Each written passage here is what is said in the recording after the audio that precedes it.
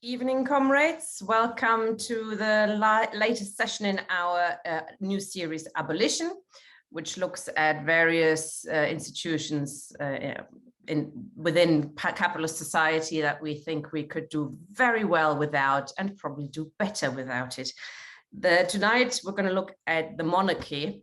And when I was making notes to prepare, I was going to write down, this is perfect timing, isn't it? There's another thing about Prince Charles and how he's paid people, or no, he's promised people citizenship and honors in return for charity money, etc.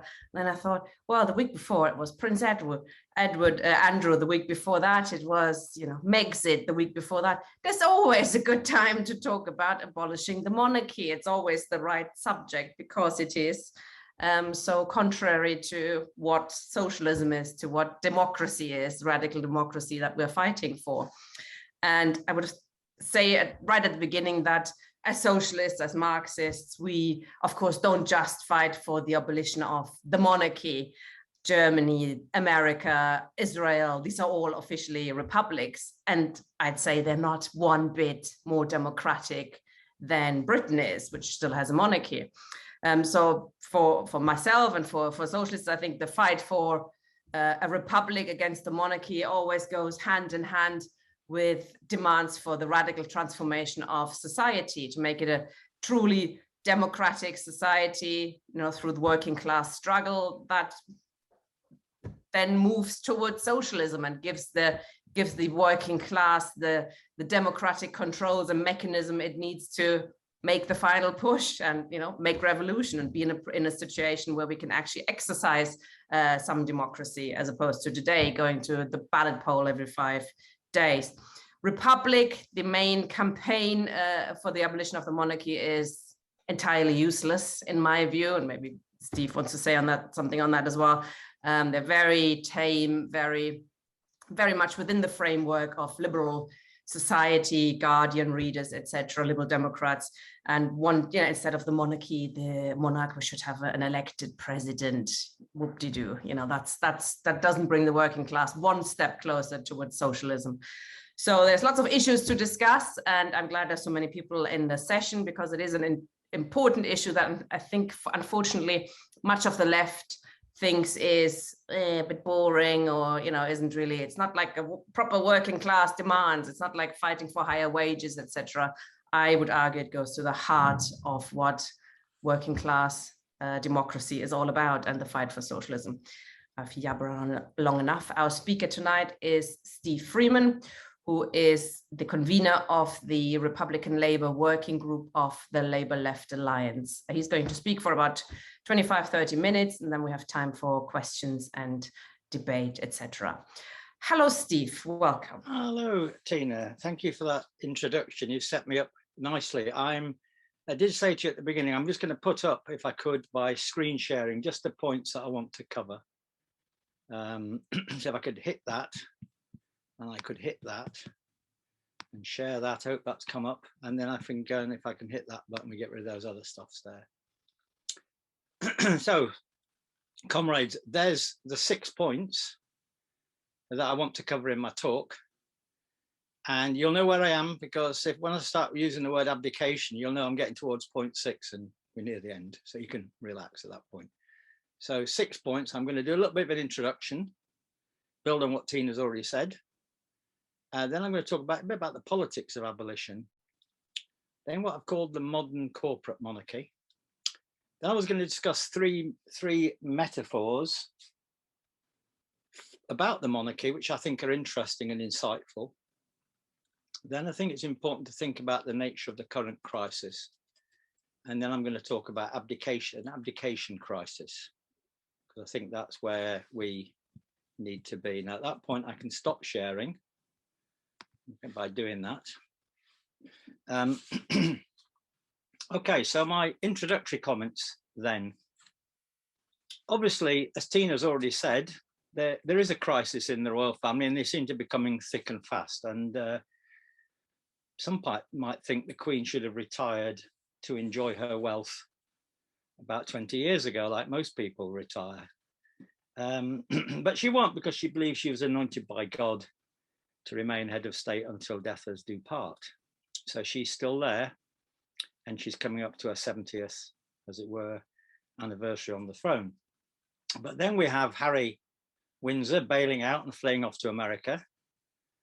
Then we have the scandal over the Duke of York and sex trafficking case and the 12 million deal that we're still trying to work out where's that money coming from. Then, of course, the one that Tina just mentioned, they're coming thick and fast. Prince Charles, the cash for honours about some corruption probe into the promise of a British passport and a knighthood for a Saudi billionaire. And I was reading Martin Kettle in The Guardian, and he says, the Prince Andrew affair has shown us how fragile the monarchy really is, he says, but the affair is also something else. It's a reminder that the institutions of the British state, which very much includes the monarchy itself, may be rather less enduring and secure than they often seem. And a bit more, he says, fragile and vulnerable than most of us sometimes think. And I think that's a useful way to think a little bit about it. He adds ominously, there's absolutely no doubt that Andrew's stupidity over the case did serious reputational damage to the monarchy, and no doubt either that this is how the Queen came to see it too.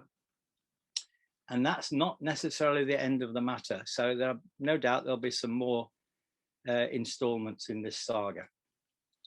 So that's where we are. That's where we're beginning today. I wanted to say a little bit about the politics of abolition.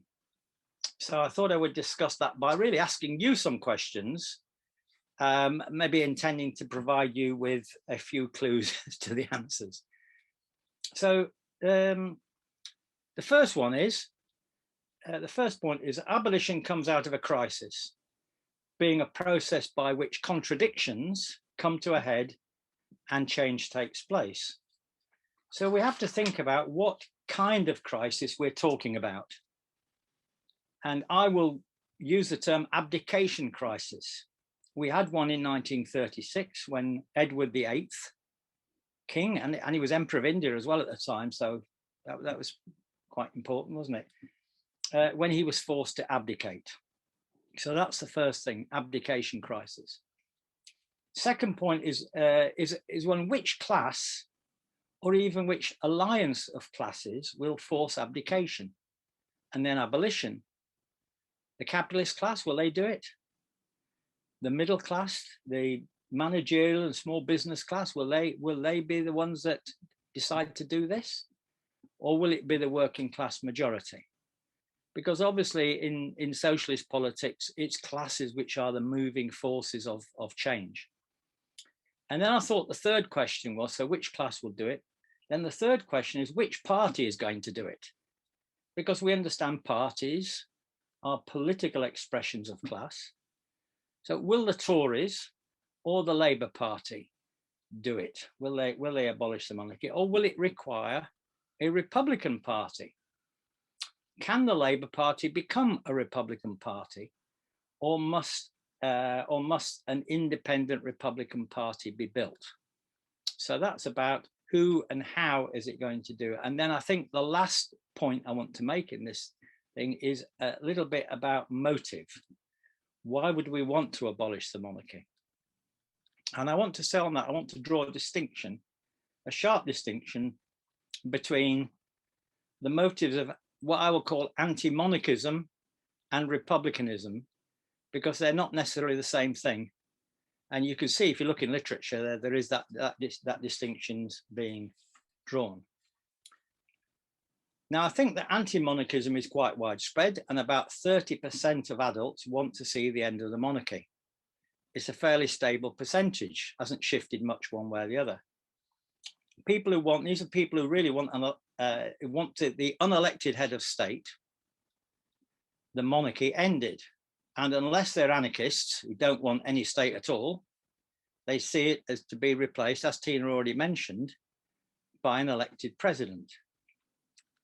why anti-monarchism then? Well, we could think of lots of, why are people anti-monarchies? Well, we could think of lots of reasons. Millions dislike its upper class establishment character.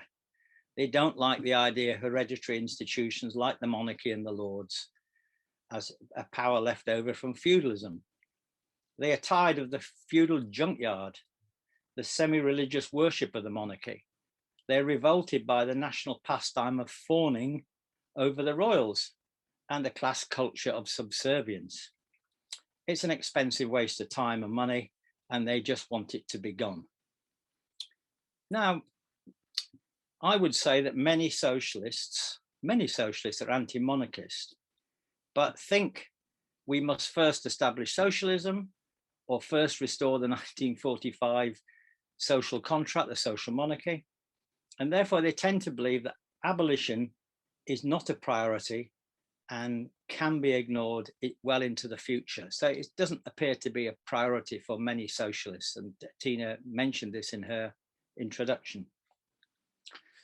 Well, let's then deal with republicanism. Republicanism, or I'll call it the paradox of republicanism, because I'm drawing a distinction between the two. I think the Republican position is different and distinct from anti-monarchism. At first, it seems a paradox to say that Republicans, and I count myself as one of them, are not interested in abolishing the monarchy. I say it like that because it's a paradox. Republicanism is about the struggle, essentially, for freedom, for equality, for solidarity. It's about the liberation from the dictator, the autocrat, the colonial power, or simply the boss. The fundamental issue for republicanism is democracy. The idea is that we can gain our freedom through collective action and democratic organization. So in a modern capitalist world, the central battle for democracy is about overcoming bureaucracy. The bureaucratic power of the state, the bureaucracy in the Labour Party, in the workplace, in local authorities, and in the trade union movement. And Republican democracy is the number one idea or weapon that we have. The number one target is bureaucracy, not monarchy. But democratic republicanism is about consistent democracy, a democratic program applied everywhere, not a set of a set of democratic demands, not a single issue campaign to be rid of the Queen. Republicanism is about abolishing all bureaucratic power and replacing it with democracy from below. So here is the answer to the paradox. Republicans are not interested in abolishing the monarchy, except that the monarchy is a political barrier. It protects the bureaucracy.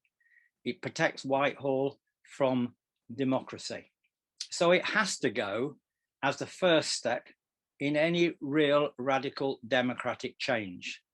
So if our focal point is not, as Republic, by the way, Republic, I would argue that the official organization is more of an anti-monarchist organization than a Republican democratic one. And I think you can analyze anti-monarchism and republicanism. And I think I would argue that anti-monarchism was more a capitalist ideology, and working class is more interested in democracy and republicanism, but we won't go there at the moment. So we're approaching the question of abolition then from different angles with different aims and different motives. Point number 3 then, I call the modern corporate monarchy. We, as a country, think of the monarchy as if we are feudal peasants looking up to our social betters, not least the aristocracy of dukes, lords, ladies, and knights. Of course, in feudal times, the monarchy and the crown were identical terms for the same person, but they began to diverge in the 17th century, about the time when Charles I lost his head. In 1649, the digger Gerald Winstanley, Gerald Winstanley, left us an important insight during the English time of the English Republic. He said, either the Commonwealth will succeed, the Republic, the Commonwealth will succeed in making life better and safer for the people, or the monarchy will be restored. And of course, it was restored in about 10 years later, or the monarchy will be restored.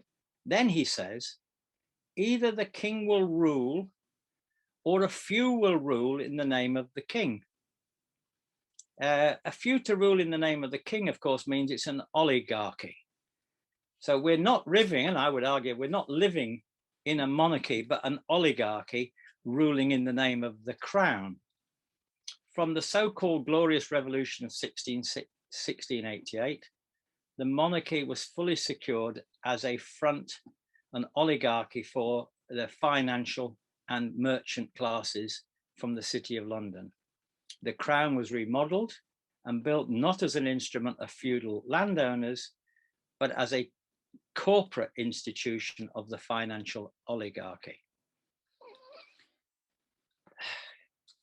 So we're talking, it's still called a monarchy like one, but it actually behind it is oligarchy. Now, today, 300 years later, the crown is a massive, powerful, highly centralized corporation. It employs 5 million workers. It has massive tax raising powers. HM Treasury has a magic money tree that we keep hearing about in the basement somewhere to print money and expand credit. It has powerful armed forces and an extensive security network and the means of keeping hidden the covert or real policies of the state. Now, we all know that capital is represented by rival capitalist corporations like HSBC, Barclays, Sainsbury's, Unilever, I don't know, AstraZeneca. However, the crown, therefore, is the political representative or political form assumed by capital. The crown represents the collective interests of capital as a class. It has absolutely nothing to do with feudalism, nor something that capitalism forgot to abolish. And that's the story that we are sometimes told. So really, we have two corporations then at the heart of our political system. There is the private company we might call Royal Family Limited, or what the Duke of Edinburgh called the firm. It has 1,000 workers and its headquarters are in Buckingham Palace. It's called the Palace. And then there's the Crown Corporation with 5 million workers. And the controlling mind of this is in Downing Street and in Whitehall. And the Queen or the monarch link all these three great institutions of state. And we hear them as the Palace said something, Downing Street said something, or Whitehall said something. The Palace, Downing Street, and Whitehall. So the Queen therefore has a crucial position on this because in effect, she links them all together. So if we're going to abolish the monarchy, that means 1,000 redundancies from closing down Royal Family Limited, or 5 million redundancies from closing down the Crown Corporation. I'm going to leave that hanging in the air, not answer that now, but I think that's how we have to think of this, not as individuals, but as corporate bodies, as corporate powers. Now, how are we doing time? I want to get the chime. Okay, so that is the modern corporate monarchy. I then had 3 metaphors that I came across, which I like for the monarchy. And we're not talking about the crown here, we're talking about the king or the queen. So there's a Republican poet, Percy Bysshe Shelley, who got it right when he said, the monarchy is the knot that ties the robber's bundle.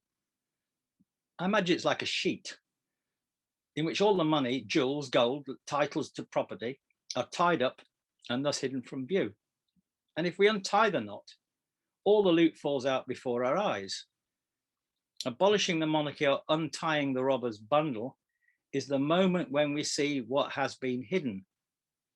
It's not the moment of redistribution, it's the moment of revelation. It's before this moment of revelation, we're living in the dark and we're kept in the dark. We may think we know about the monarchy and what it entails, but we don't, because secrecy is one of the most important values at the heart of the monarchy as a system of government. So that was the first metaphor description. Here's the second one. Frederick Engels, writing in 1844, and he's writing an article on Britain, the position of England and the British Constitution. And he says, the British Constitution cannot exist without the monarchy. Remove the crown, he says, and he's using the crown as monarchy here, but you remove the crown, the subjective, he calls it the subjective apex. So I think it's like a triangle, like at the top there's a monarchy sitting on the top, and the entire structure collapses. He says the British Constitution is an inverted pyramid. The apex is at the same time the base. So it's not just sitting at the top of a triangle or a pyramid. You turn the pyramid upside down and the whole thing rests upon it. So that's why it has such a crucial position in our Constitution. And then a more recent one that I quite like was the Iron Wall. So I've said the Queen is at the apex or linchpin of the Constitution between the Palace, Downing Street and Whitehall. In effect, she's the chair of the Crown Corporation and Boris Johnson is the chief executive. But the monarchy is the safest or best protected part of a constitution. Now, there's a writer, a journalist called Otto English, was chosen to write an obituary for the Queen as part of royal forward planning. He told James O'Brien that it was the most difficult task he'd ever had, because he said, there's an iron wall around the Queen. It's very difficult to say anything without coming up against this wall. And he gave some examples of that. It's just difficult to enter because everything is kept totally controlled.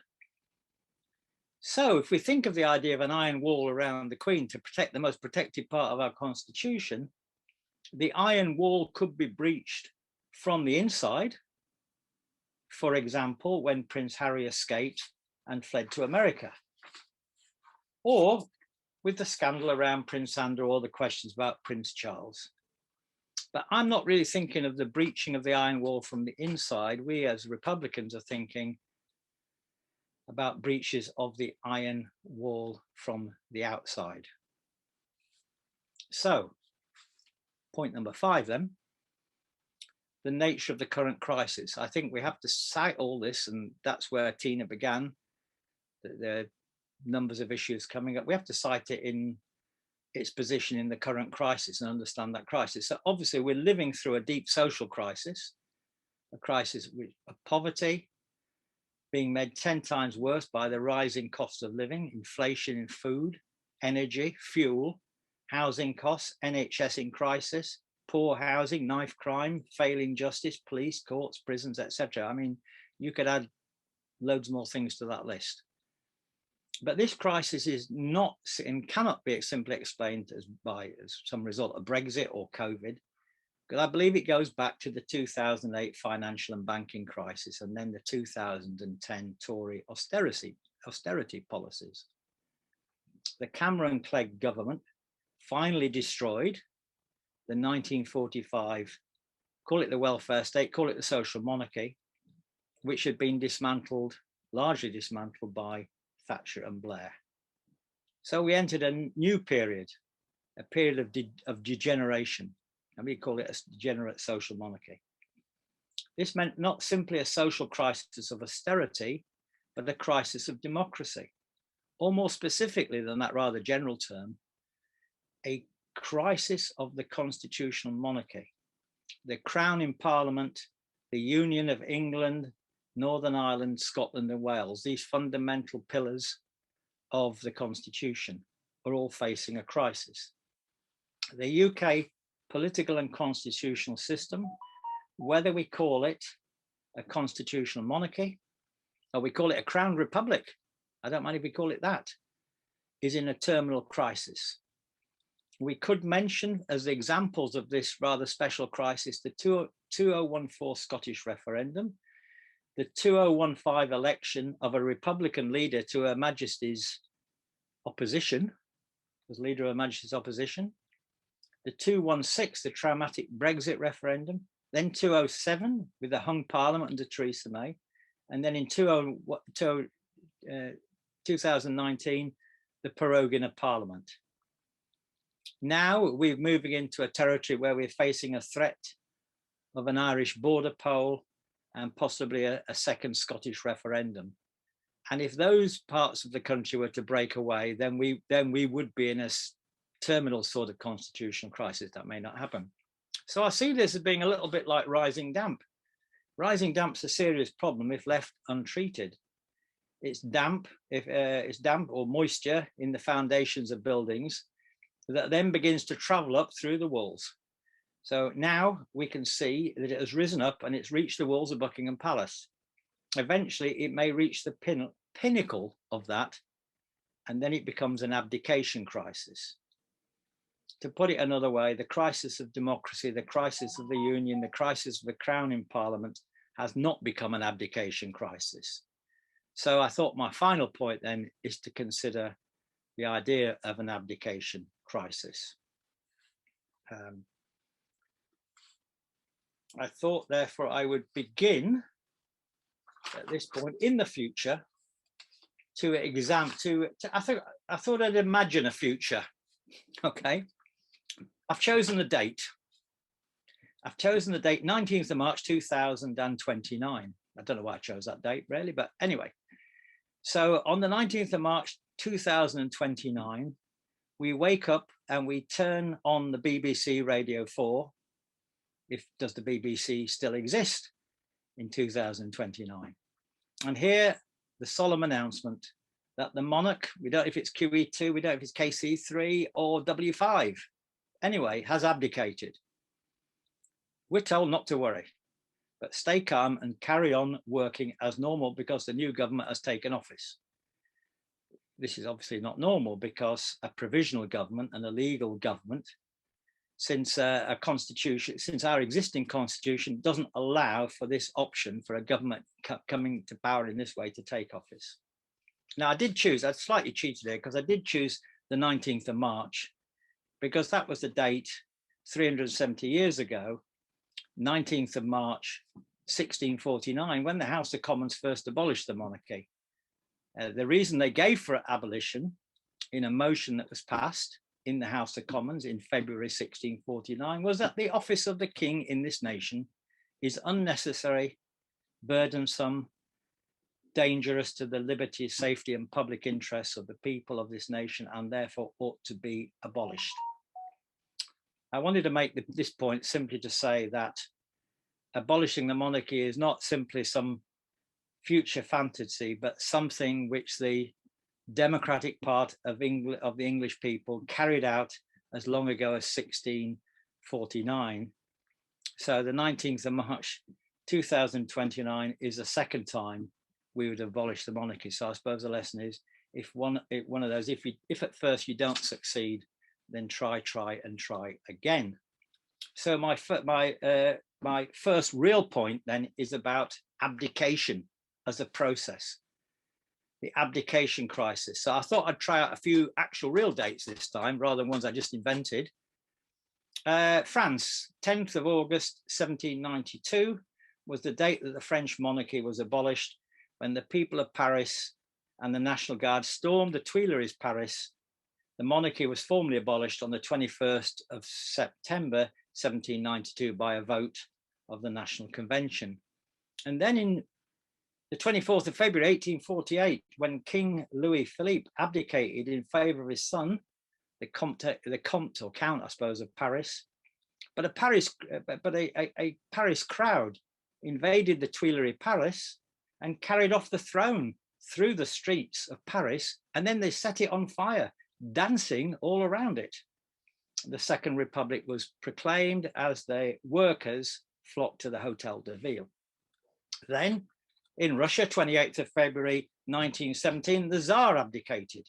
The abdication crisis began on the 23rd of February 1917 with an International Women's Day demonstration Soon 90,000 textile workers were on strike, then a general strike, and then on the 27th of February, significant army regiments in Petersburg joined the demonstration. And so on the 28th of February, the Tsar abdicated.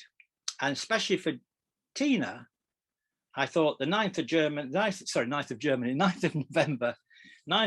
1918, when the Kaiser abdicated. It begins with a mutiny of sailors against their naval order on the 24th of October. After abdication, there were elections held to a constituent assembly, which was then called the German National Assembly, in January 1919.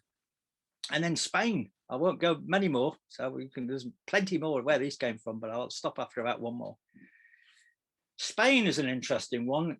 On the 14th of April 1931, King Alfonso XIII abdicated. It began when the king ordered municipal elections in April. Trotsky did a really good analysis of all of this in his writings on Spain. But anyway, the elections went badly as the monarchist and clerical parties were defeated. So then the king abdicated and a provisional government took office until December 1931. And then a new republican constitution set up Spain's second republic. I will skip Italy, just keeping my eyes on the time now. Is it 1946, the 9th of May 1946, but I'm not going to tell you anything about that. We move on. So, so the process here. So here the process is some kind of economic and social crisis. It becomes political and constitutional, and then it continues until it becomes an abdication crisis. There's an abdication day, followed by a provisional government and possibly a constituent assembly. There are many routes, including mass demonstrations, army mutinies, riots, a referendum, or electing a Republican Party with a Republican mandate. There are lots of routes to this point. There would be an abdication crisis anyway if a majority of the people, especially working class people, came to the conclusion that that the monarchy and democracy are incompatible. They haven't come to that conclusion yet, the majority of people, but if they thought they were incompatible, then we would be in there. Didn't come to that conclusion through the First World War, like when many monarchies fell, or the Second World War. And not far from ending now, after abdication. What happens after abdication? Really, abdication of the monarch doesn't really create a republic, even if the republic is formally declared. If abolition comes from above, then expectations are minimal. But if the people have played a role in forcing the abdication, then two things start to happen. And you can see that in these cases. There are rising expectations. In the minds of many millions of people, abdication signals that the old order's gone and something new or distinct has arrived. People now want and expect change. So you get what might be called rising expectations taking place. At the same time, the old establishment, the ruling oligarchy, now feels threatened or in danger, and at least a section of them want some kind of restoration. And there's a royalist reaction. And you can certainly see how that happened in Spain. It's always a class question. Some class forces want to preserve the monarchy because it symbolizes their wealth and power. Other class forces want to be rid of it as a symbol of an old order that has excluded them. The very act of abolition is therefore a huge moment of politicization and of class struggle. The next question is not about keeping the monarchy, but about what kind of republic is going to take the place of the old order. So if forces have come together to get rid of the monarchy, they're going to immediately start to diverge immediately after that act of abdication has come about. So the forces that have forced that change start to fall out amongst themselves. So I'm going to conclude on this point. Come here. So we've already, just to summarize that, we're already in a deep social crisis and a growing crisis of democracy. It's growing into a constitutional crisis, which will involve not only Northern Ireland, Scotland, Wales, and the Crown in Parliament in Westminster. It has not grown into an abdication crisis because there is no Republican Party and there's no class that has decided its interests are served by ending the monarchy. because the nature of the epoch that we're in, we cannot say this will not happen. And I doubt very much if it will happen on the 19th of March, 2029. But for Republicans, abolishing the monarchy is not the aim of the game, but rather the beginning or extension of the class struggle for democracy and for the growing power of the working class. It's the only, I'd say the working class is the only truly democratic class in society. And it will bring forward or pave the way for the kind of socialization that Ben and Corbyn tried and failed. So I think it opens the door to a much greater process of radicalization. And that's why I've come to the end at that point. That's it. Thank you very much, Steve. That was hugely enjoyable. And I think you summed it up very well, how the fight against the republic, against the monarchy is linked with the fight for revolution, and in history has coincided with the fight for overthrowing society and was always part of that struggle for democracy from below, and that working class parties have lost it. And I've got a post on my wall, actually, which show from 1910, it's a Labour Party election poster, which fights for abolish the House of Lords, abolish the monarchy. You could see them ramming on the doors of the House of Lords, which is brilliant. And, you know, where is that now? Where was that under Corbyn? Wasn't there either, unfortunately, but hugely, hugely important. And I thought, while we're in the meeting, I share this quickly, made me laugh. I received an email, and I'll show you this quickly, from Royal something or other, inviting me to the Queen's Platinum Jubilee celebrations on the Royal Yacht Britannia on the 4th of June. And it's a very exclusive invitation, as you can imagine. Not everybody gets this. And I only have to pay like £530 to get my royal invitation, and you know, I get piped on board the royal yacht, and a champagne by the grand piano in the Queen's drawing room, blah, blah, blah. This is the kind of stuff we're going to see a lot of in the next 8, 9, 10 months. The Platinum Jubilee, they're obviously trying their hardest to turn the narrative around and, you know, make us believe the monarchy is so integral to today's society. We cannot possibly let go of it. Okay, thank you very much for that. We're going to have a few people now who've got their hands up. Just make one comment before you go, Tim, sure. Just to say that it would be interesting for us to watch these celebrations and see how they actually pan out. They may or may not pan out. According to how I'm thinking about it, they won't necessarily pan out as many people think, like a repeat of the previous ones, but we'll be able to judge the temperature or the mood of the country by this process, I'm sure. Yeah. They're planning the longest picnic in the world or something, yeah. The long table. Only 3 people turned up. So that's right. Maybe we should go and make sure it won't be the longest table in the history of the world. Did I say that loud? Never mind. Okay, Ken needs to go soon, so I'm bringing him in first. Hello. Hello, thank you, Tina, and thank you, Steve, for your talk, and thank you in particular for mentioning Winstanley, who's a particular hero of mine.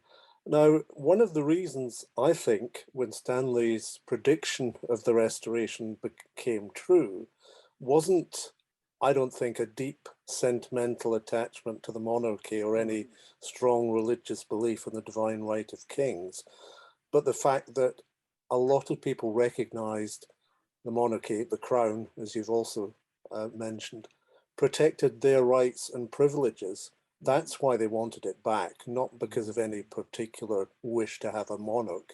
It was a symbol of the reality of their privileges. So isn't there a danger in any future attempt to get rid of the monarchy that those whose interests reside in retention of the crown will fight just as hard to retain the monarchy for that reason, so that they can retain their privileges? And how in particular do you think we should fight against that danger? So interested in your views on that.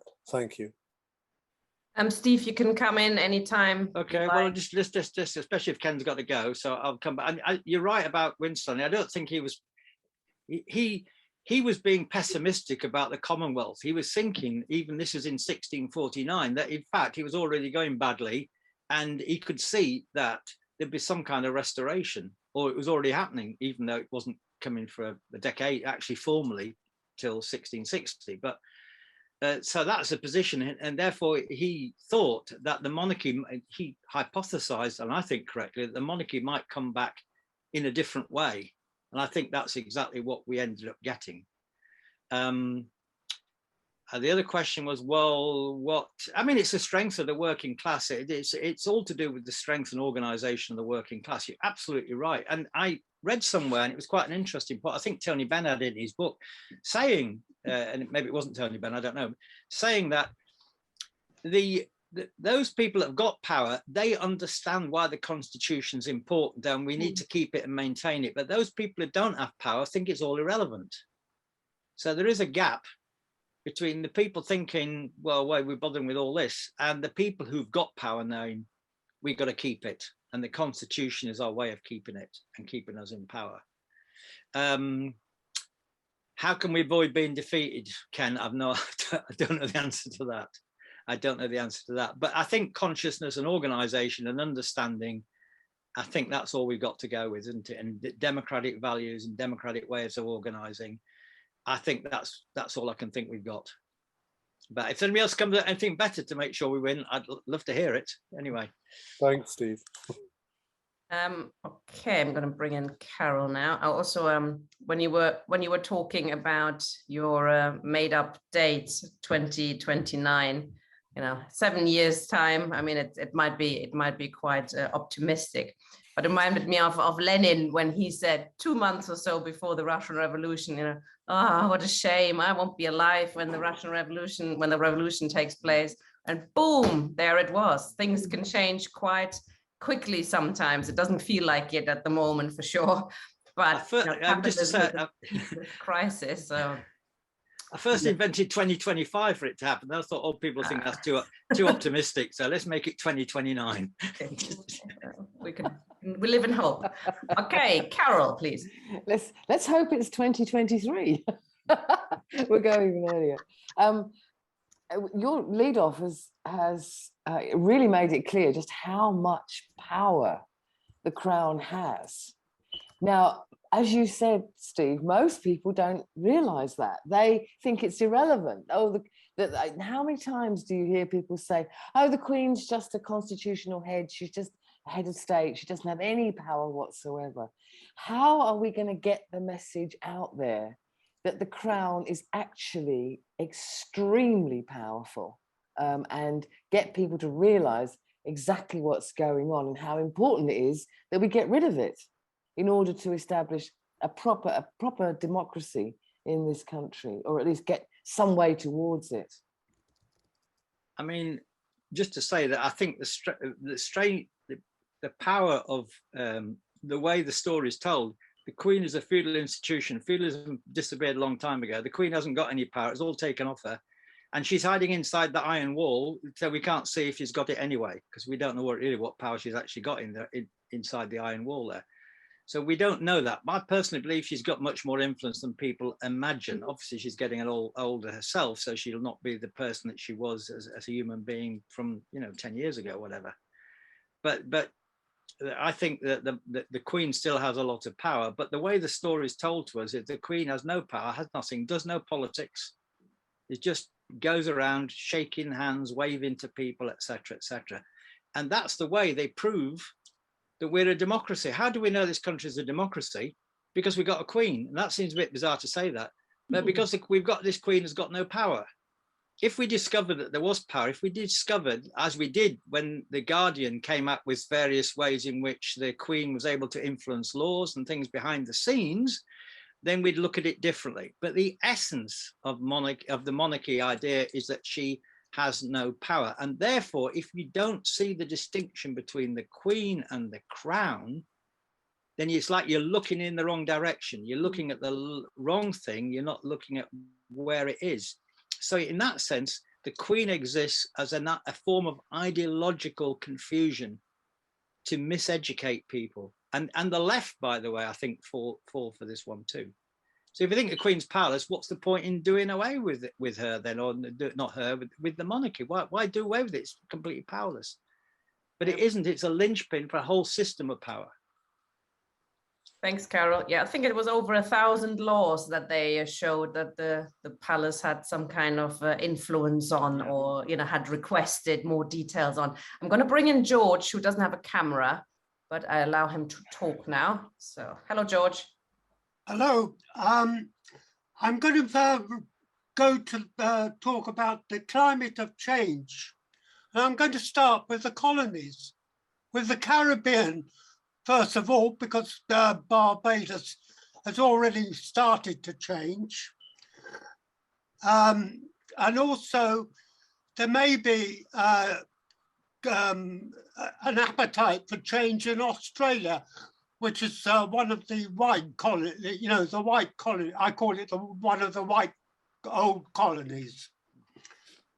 And then we come further near to home and we look at the situation in Ireland. There's a real possibility that, first of all, the Sinn Féin will take power possibly in Southern Ireland. That is a distinct possibility later this year. And also in Northern Ireland, there's a real possibility that Sinn Féin may form part of the government in Northern Ireland. And I think that will reflect a sort of gentle push towards the rest of Britain, and possibly the idea of an English Parliament will come up in the discussion. But I also want to touch on the agency of change. Who is going to make the change? Is it going to be a Republic Party, or is it going to be the people? Obviously, my preference would be that any change must be from below. And it must be done at grassroots level through citizens' assemblies. That will also speed up the movement for regional and a national parliament. That, to my mind, could be a real possibility. But of course, we have two dampeners in this trend. Sadly, one is the Jubilee celebrations, where flag waving will whip up public sentiment. And also war. The prospect of war is very much still much on the agenda. Both of those whip up pro-monarchist sentiment.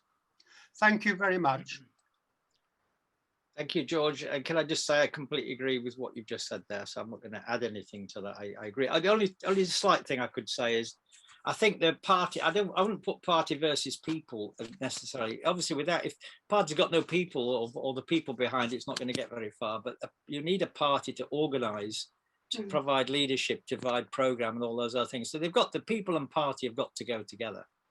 They've got to work together. And if we're talking about a working class Republican Party, then the working class has got to be engaged with that, obviously. But you're right, it's the self-activity of the masses, George, that's going to do this rather than parties. Party can't do this. Thank you, George. Okay, Marion, who seems to be I'm glad in a very dark room.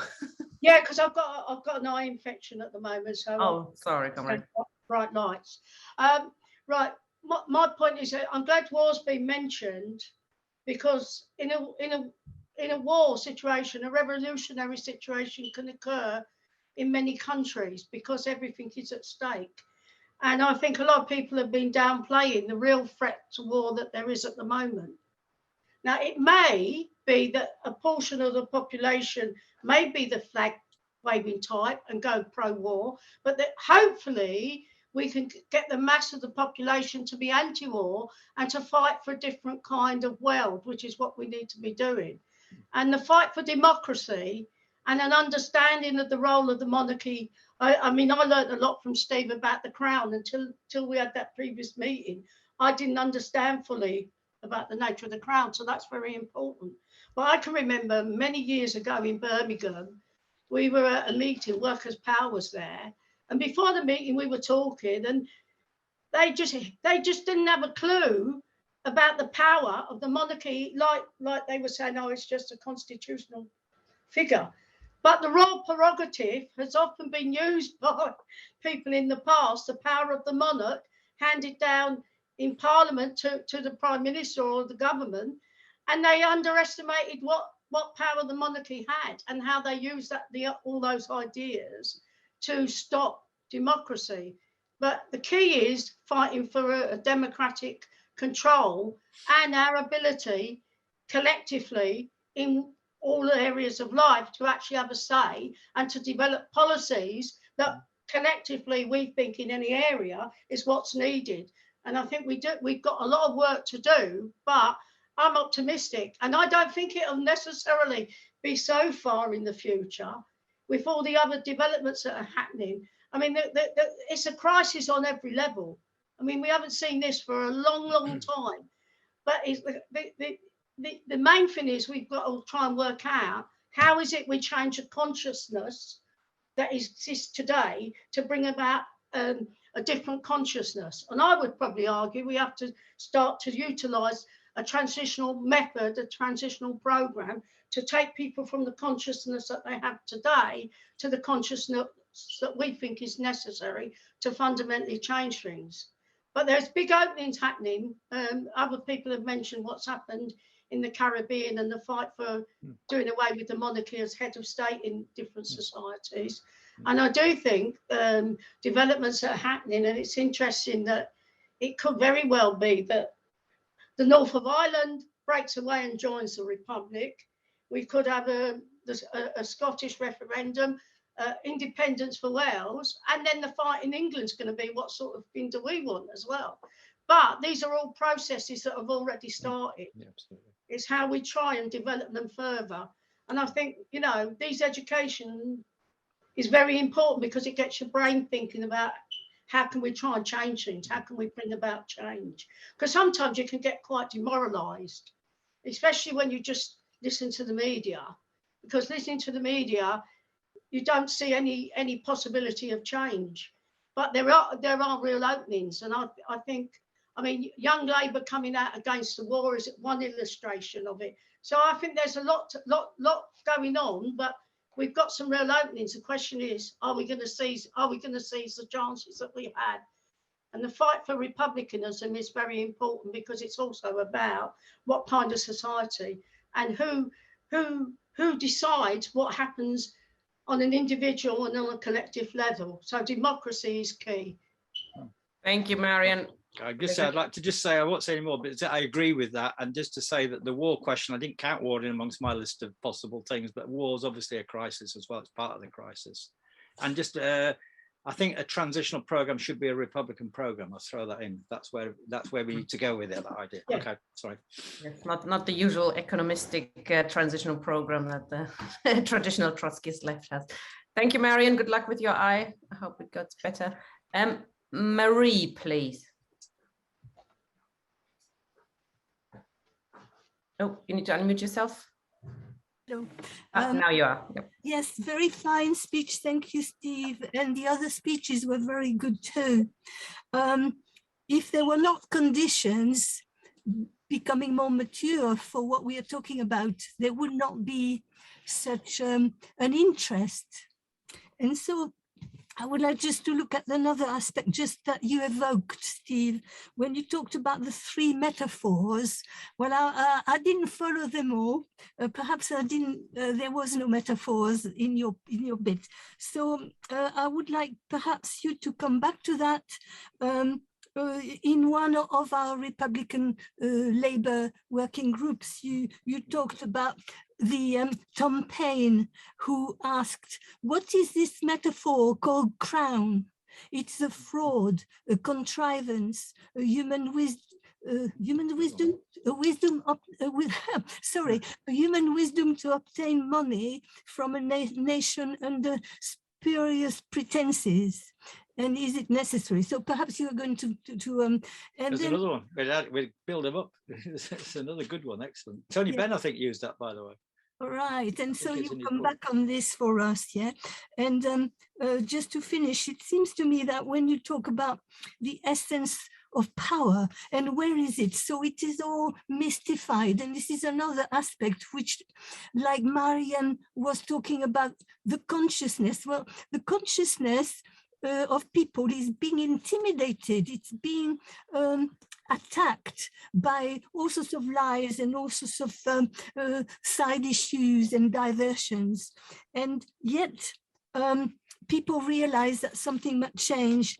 And how is it that we are ruled by people that we do not know? Like you were telling us in another meeting that we had, that Ted Heath had Lord Rothschild in his government, and this man was wondering, how is it that this country, I didn't know this country was ruled by two people, and all this is mystifying and nobody knows, even we don't know about this. So I thought perhaps you would amplify on this if it suits your project. Thank you. Thanks, Marie. Shall I bring some other people in, Steve, or did you want to? Yes. Yeah. I think so. Okay. Right, Matthew Jones, please.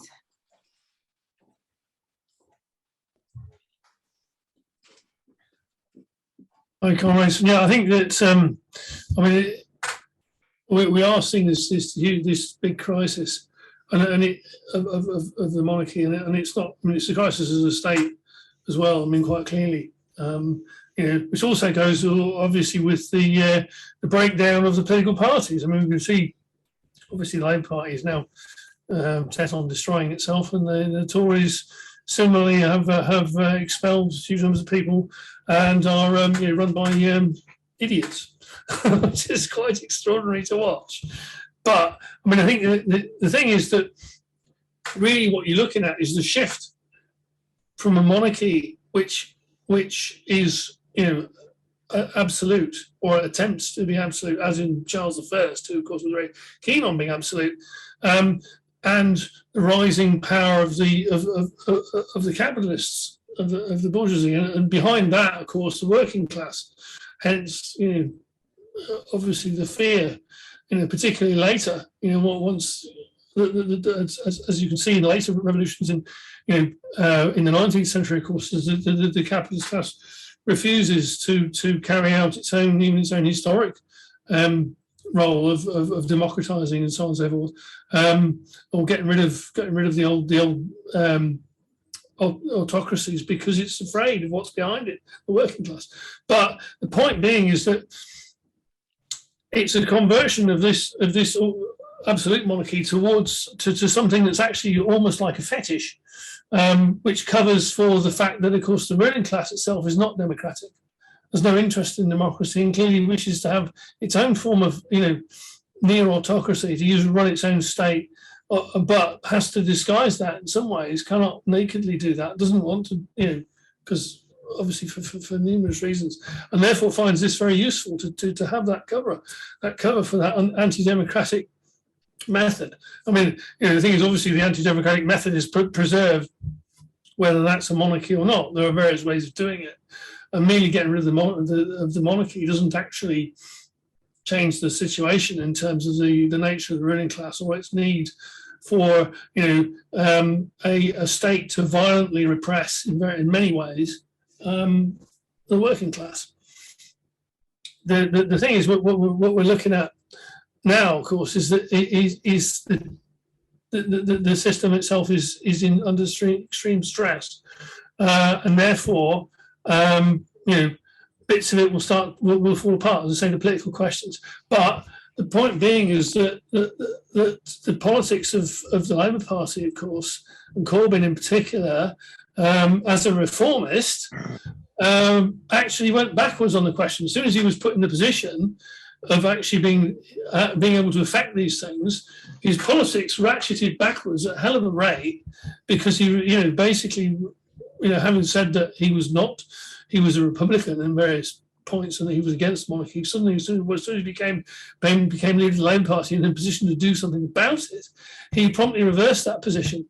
And that's not, I mean, that's not, you know, sort of, the problem is, I think that when discussing Corbyn, we should avoid saying all of this is personal. It's not. It's political more than anything else. It's about the fact he's a reformist. And once you're confronted, you know, in this position, I mean, once you're leader as one of the main political parties, and when you right up close to the ruling class, and actually, the Labour Party has functioned as one of the key mechanisms of control of the society in this country for decades, and therefore, you know, in a key position, and under those conditions, of course, he had to reverse, you know, because he didn't have politics to go forward, because otherwise he would be declaring, well, actually, he was going to confront the ruling class, and there was no way he was going to do that. You know, so I think that's the key question. But I think that this will obviously roll in terms of how do they maintain this institution, which is going to be very difficult. Because obviously it's being revealed ever more so in the personal terms. The question is, how do you draw out the politics? You know, that in fact, what this is not the actions of one family or whatever else. Actually, what it functions is as a cipher and a fetish for the state itself and the functionings of the state. And how do we draw that out? Thanks. Thank you, Matthew. Okay, Anthony, please. Before I go on, I mean, there's many features of the February Revolution. I'll go on that a bit more, but one or two historical. Could you try and speak a bit slower? Sorry, comrade. Yes. Before I go into the current crisis, which is there's a mass radicalisation, not a pre-revolutionary crisis yet. There's many features of the February Revolution. It'd be a mistake to think the aristocracy doesn't exist. It's subordinate to the capitalist class, and if the capitalist class didn't want the monarchy, they would get rid of it. But outside of dialectical materialism, Marx developed, tries to develop the law of even a combined dualism, and that's the most important development in science and Marxism, because he talks about how different classes can coexist, and fractions of classes at different stages, and skip them, go backwards and forwards. For example, under slavery, the Roman Empire in Gaul, under the Roman Empire, they traded with the Balkans, the aristocracy. Or the aristocracy in Bismarck carried out the bourgeois revolution. But what's happening is the aristocracy is a declining class. The ruling class is split on the EU, over Russia, over Ireland, over Scotland. Well, there could be a civil war in Ireland and Scotland before long, and that could destabilise the country. The English state could break up. I mean, Alfred the Great set up the English state because he unified it as a Christian kingdom against the Vikings. I mean, there could be all the states are breaking up everywhere. But I think that's some historical background to talk about that. It's a capitalist state, but if the feudal elements are subordinate, just to clarify that. But today, what's power? I wrote a document after Johnson won the election. The only thing I didn't see was the COVID crisis. I wrote that 2 or 3 years ago. I said once he lost his mass base, he became the masses suffered a lot, and they saw through him. The whole ruling class could be threatened in maintaining their rule. The Andrew crisis, I mean, what crisis is about Rasputin? And it was very similar with the First World War. Millions died. You had the biggest profiteering ever in the textile and the speculation in the war industries in Tsarist Russia. And when Rasputin, they murdered Rasputin as a scapegoat, and Andrew he was just a minor degenerate peasant. What do you call them, Muziks or Lenin? Andrew's a top aristocrat. But if they're distant from him, they're still going to be sent through the same child rush to bring the whole monarchy down with the poverty. Okay. Anthony, could you start winding up, please, comrade? Yeah. I will just raise on one part with the poverty and all the war crises that are building up. There's a lot of people. People do not want a nuclear war, and there's big danger. Don't underestimate the plan economy in Russia, and if they build them, they could be attacked all over Eastern Europe. But I think there's a youth radicalisation. Last part I said, a lot of youth are going communist, a lot of working in the middle class youth. And there's a making class rebellion with the middle class. This country might be the first socialist revolution in the imperial as well. Marx might be proven right. This might be the first socialist revolution in the imperial. I'll leave it there. Thank you, comrade. Okay, Neville, please. Yeah, I think Is my mic on? Yes, all good. Yeah, right. The relationship between the forces of the state, Parliament, there's never been a separation between the monarchy and Parliament. And I think since the times of Keir Hardie, then we've taken the sop and we've believed that this great institution called democracy was sort of slightly waking up to the fact that democracy doesn't exist. But we're waking up in a backwards way because people are peeling away. And I understand that totally. But we're so close to grasping the nettle because there's nothing necessarily so wrong in parliamentary democracy, just so long as your democracy is given in terms of a vote every 5 years in terms of Parliament. But once having exhausted that 5 years, then it's time to vote again. That's when you have the power. But that power dissipates in a second once the cross has gone on the paper, because what happens then is that people will bugger off, forget all the promises that have been made, and you have to wait another 5 years. So that element of democracy, in terms of parliamentary democracy, can well stand the strain, provided we all have the immediate right of recall. And we've never managed to win that. And that's one of the things that you could do. But personally, like, I would shovel aside parliamentary democracy, because it's not something to aid the working class, it's a fetter on the working class. And in terms of the monarchy, then I would get rid of them at a stroke of a pen, basically, because of the amount of power that's wielded, not necessarily in your face type power, but in terms of trying to negotiate all the obstacles that are put before us. The reformist type of situation that we get is always one step forward and 2 steps back. And the problem with that, as Rosa Luxemburg pointed out, is that in terms of winning those reforms, they've got to be continually won and re-won, because there'll always be a pushback. So I think now that we've gone so far backwards in so short a time, which has been disappointing, then what we've got to try and do is gather as forces, educate people in particular regarding the shit that they're having to take, excuse my Latin, and basically start from a new ground zero and start building what can be a different kind of society. Thank you, Neville. Okay, we've got John Clemo.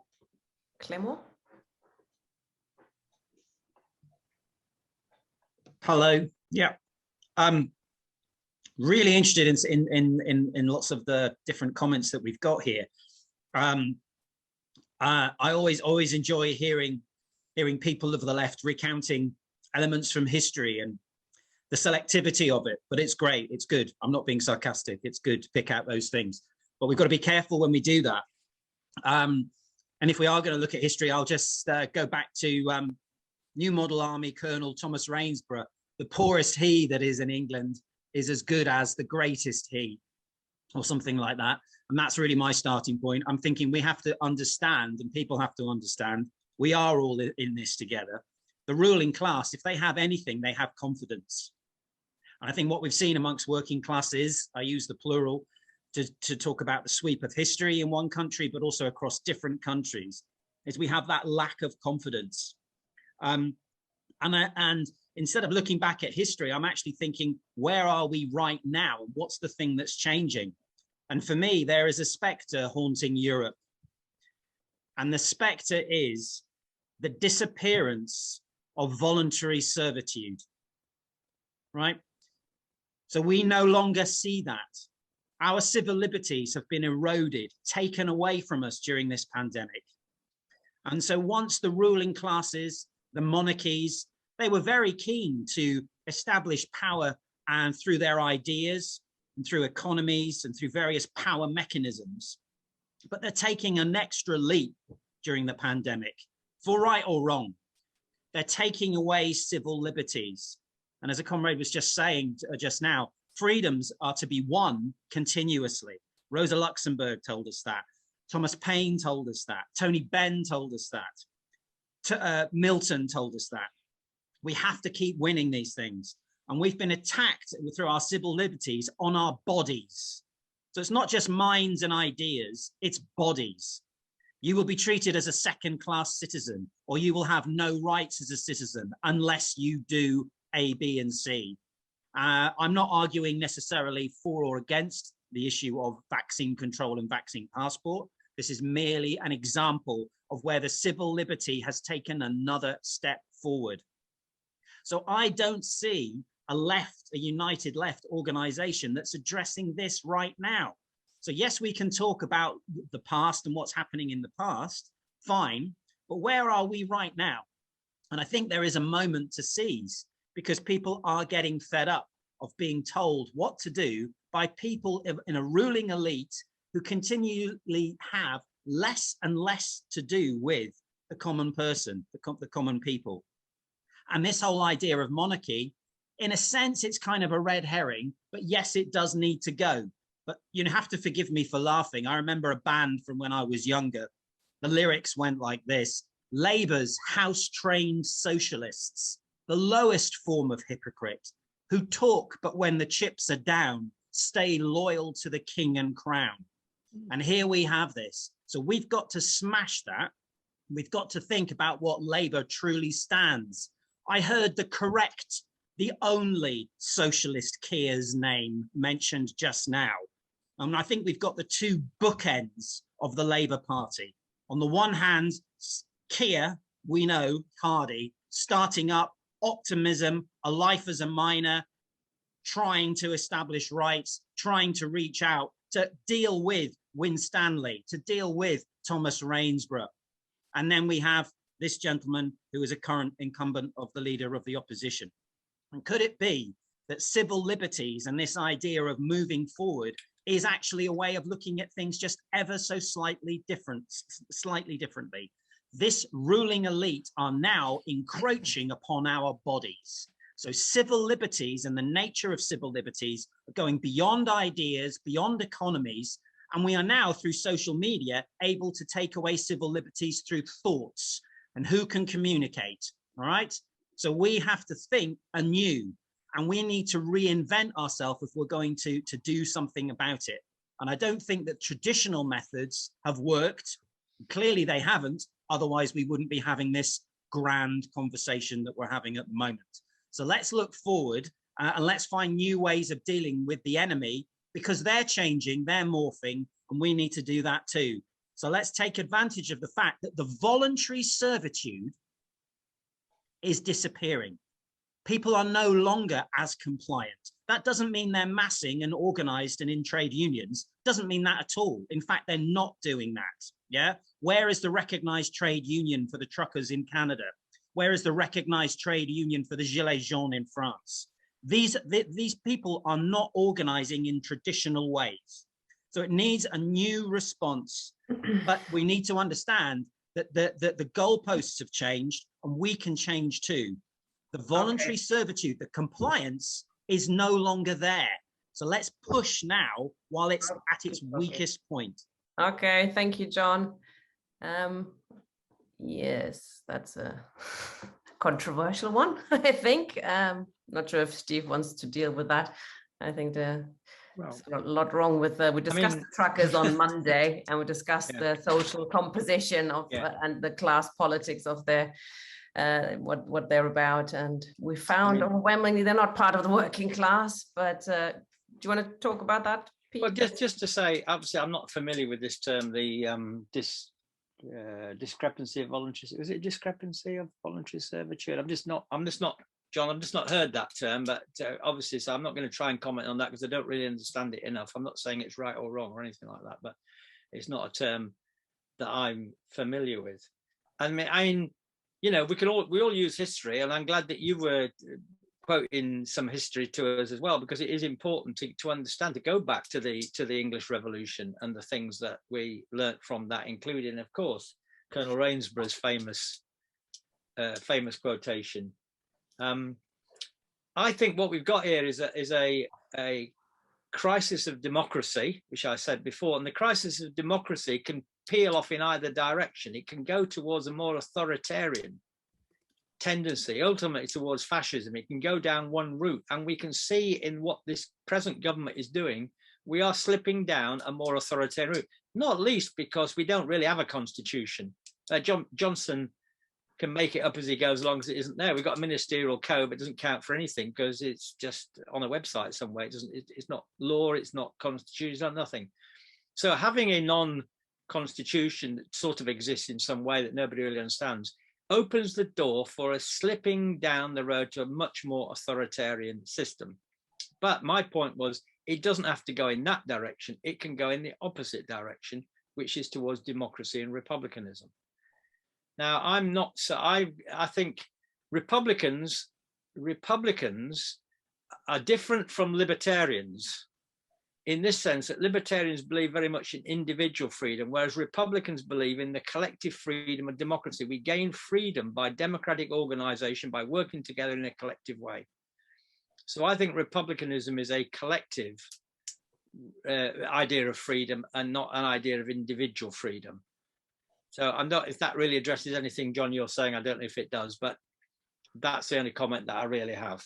I think what we need is a more collective, more democratic empowerment and power coming through the collectivity through democracy.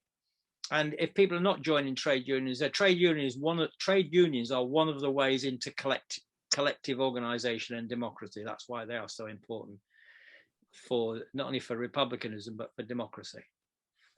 Thank you, Steve. Christine, please. Hi. Hello, Steve. I'm not sure if you covered this, but there's a lot of sentimentality around the monarchy, which is very hard to overcome. I mean, I've stayed out of rows about it all my life, really. The last time I discussed it was in the menopause clinic at St Thomas's Hospital. That was quite a long time ago.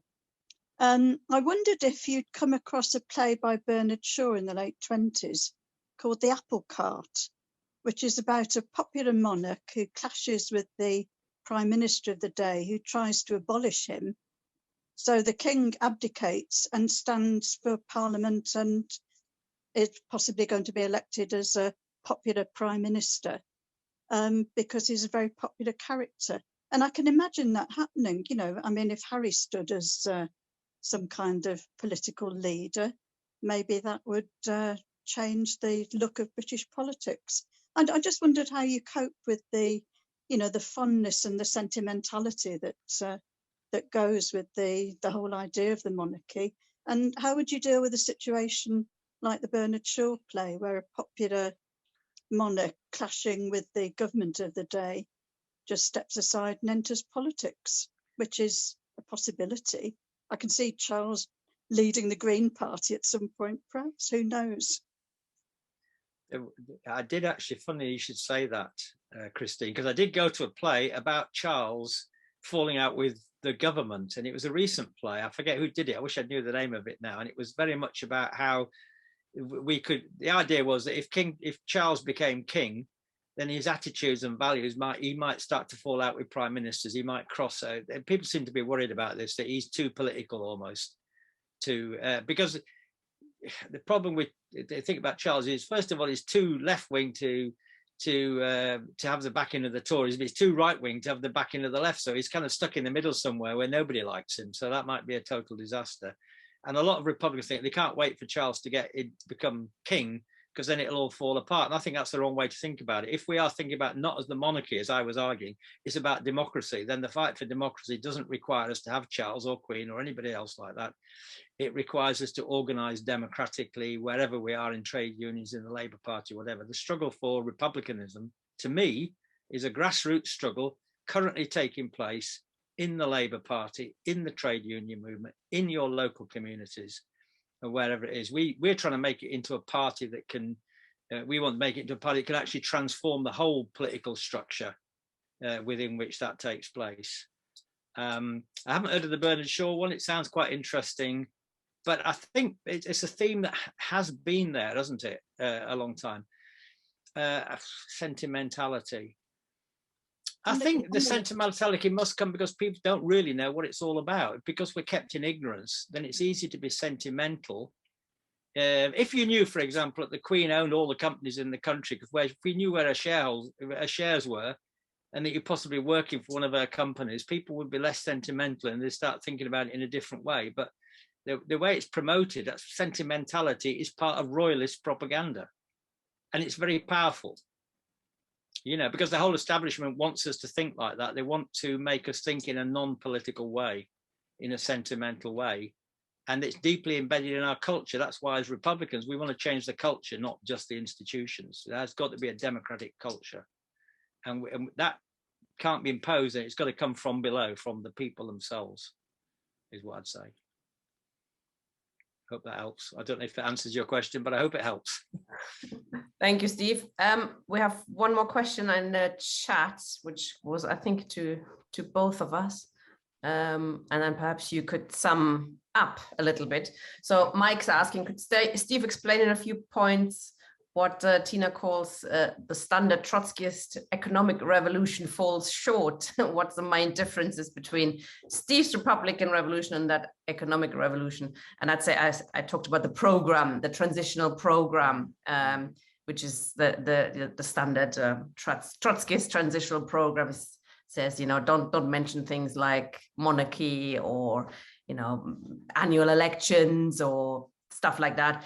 You should fight now and here for the, you know, better wages, higher wages, better working conditions. That's what the working class understands. They don't understand what socialism is. They don't really understand and care about the monarchy, etc. You have to talk to them where they are now, and the assumption is that they are just workers, just dealing or interested in the things that affect them at work, which I think is A, wrong, B, really bad in terms of the outlook of, you know, what you think of workers, because I think they do have a much wider interest in what surrounds them, etc., and how we are ruled, etc.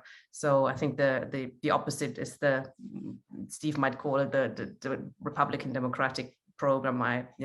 From my tradition is the maximum program. You say, you know, we fight for socialism, communism now. Every reform we're fighting for. Of course, we're fighting for higher wages. But if you don't put the final goal in there as well, what it's for, you know, where we're going towards, then you have people, you know, involved in this campaign, that campaign, and it doesn't really go anywhere. That's what I meant in a very short throwaway formulation, but thanks for calling me out. Okay, to you now, Steve. Yes, I don't disagree, Tina, with what you said there. I think as Republicans, as Republican socialists, by the way, I should say that we're Republican socialists, but what we actually think as Republican socialists is that the fight for democracy in a republic is the process by which the working class gains its self-government, if you like. That's the process towards self-government. And if the more power the working class gains through the struggle for democracy, wherever that may be, the more it becomes a class for itself, and the more it is in a position to be able to carry out wider social reforms. So in other words, it may be able to therefore to take into public ownership. It may be able to build a stronger health service. It might do other things, but the present political system makes it impossible let's put it this way, it marginalizes the working class. It puts the working class on the fringe. It puts socialists on the fringe, so that our influence exists, but it exists in a marginal way.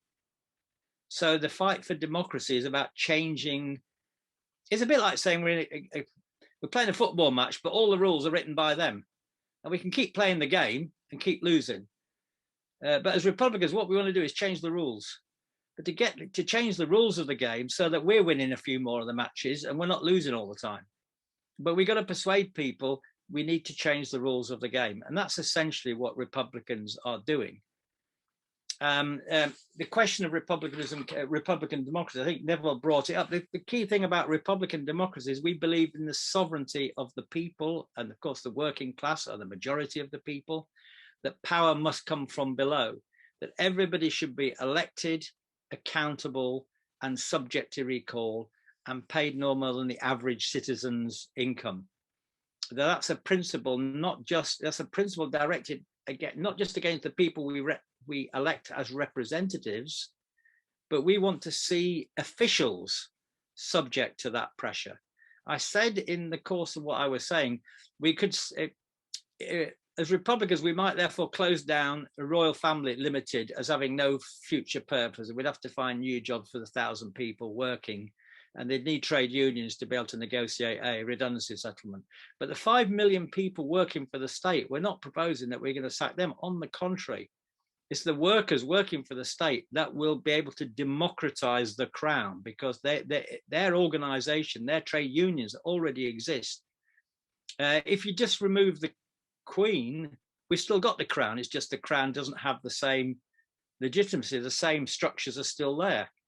So removing the Queen removes the legitimacy from those structures, but it's only if the workers, the 5 million workers working for the crown at the present moment in time, can begin to organize democratically and democratize what they're doing. So they're our allies. So yeah, we would close down the 1,000 Royal Family Limited. There'd be no purpose in it. But many of the things currently carried out by people working for the crown would continue in the public sector, but would be democratized, would be run more democratically, as we would like schools and hospitals and all these things to be democratized. I'm just trying to have a little bit look back to other things that may be said. I would make a distinction between reform and reformism. It's important. I think the working class quite rightly wants reforms. They want to reform a hell of a lot of things because there's so many things wrong. A lot of the things that are called reform are actually reactions, taking away our rights. So working class people in general, not necessarily thinking they want revolution, but do thinking they need reform. Reformism, on the other hand, is the idea of getting reforms by working within their rules, according to their game, according to their laws, according to their constitution. So Jeremy Corbyn wanted reforms. What made him a reformist was he started becoming a loyalist leader of Her Majesty's opposition. He gave up on his Republican ideas. He said, I'm playing by the rules. And when he played by the rules outplayed him, I think, in the end, didn't he? He was done by the rules of the Labour Party and what was going on. So I think we want reforms, but we don't want reformism. We want the people to be able to fight and to get the power to organise their own reforms and to gain their own reforms. And we need a political system that allows people to do that. I think. I'm sure people said a lot of other things, Tina, but are probably time to have a rest at this moment. I don't know if there's anything else. Anybody else? Just one advert. So if anybody's more interested in working with us, come to the Republican Labour group. If there's any questions didn't get answered from here, come to the group and we can continue the discussion there. I think Marie said that point. She's going to take a few metaphors. She's going to play a few metaphors to me or ask me about them. I don't know. But anyway, so comrades, do come and help us to win that and help us to win a much more Republican and democratic politics. It's post-Stalinism, really, what we're doing. We're recalibrating socialism with democratic, genuinely democratic politics in the era when the old Labour left and the old Stalinist left hasn't really done it. So it's a future for us. That's it. Thank you very much, Steve. There's a bit of a hoo-ha in the chat about my throwaway summing up of the program. Probably need a different discussion, another discussion on that one, and it probably needs to be better prepared on all sides. But that it was not meant to be a deep theoretical input into that discussion. I've forgiven you. I don't know what you did wrong, but I'm gonna forget. I'll forgive you, and everybody else will. Thank you. You had, I think, other. Even though I don't know what it was you did, I'm still forgiving you. Hardly anything wrong. Okay, thank you, comrades, for joining us today. This evening was an interesting discussion. I think we'll I think we've all agreed it is very important that socialists do take that question seriously and put it as part of a program for radical democratic change, rather than leaving it up to the bourgeoisie to sort out, or the Liberal Democrats to campaign against the monarchy, or if they'd ever do that, or republic, etc. But it is necessary for our forces to be able to work properly and to, you know, get closer to socialism. We need a republic, we need democracy to build our forces, etc. Thank you very much, comrades. I think next week we're talking about the standing army. Can we get rid of the army? And if so, do we have to replace it? And what do we replace it with? Have a good evening, everybody. Thank you very much, Steve, and good night. Good night.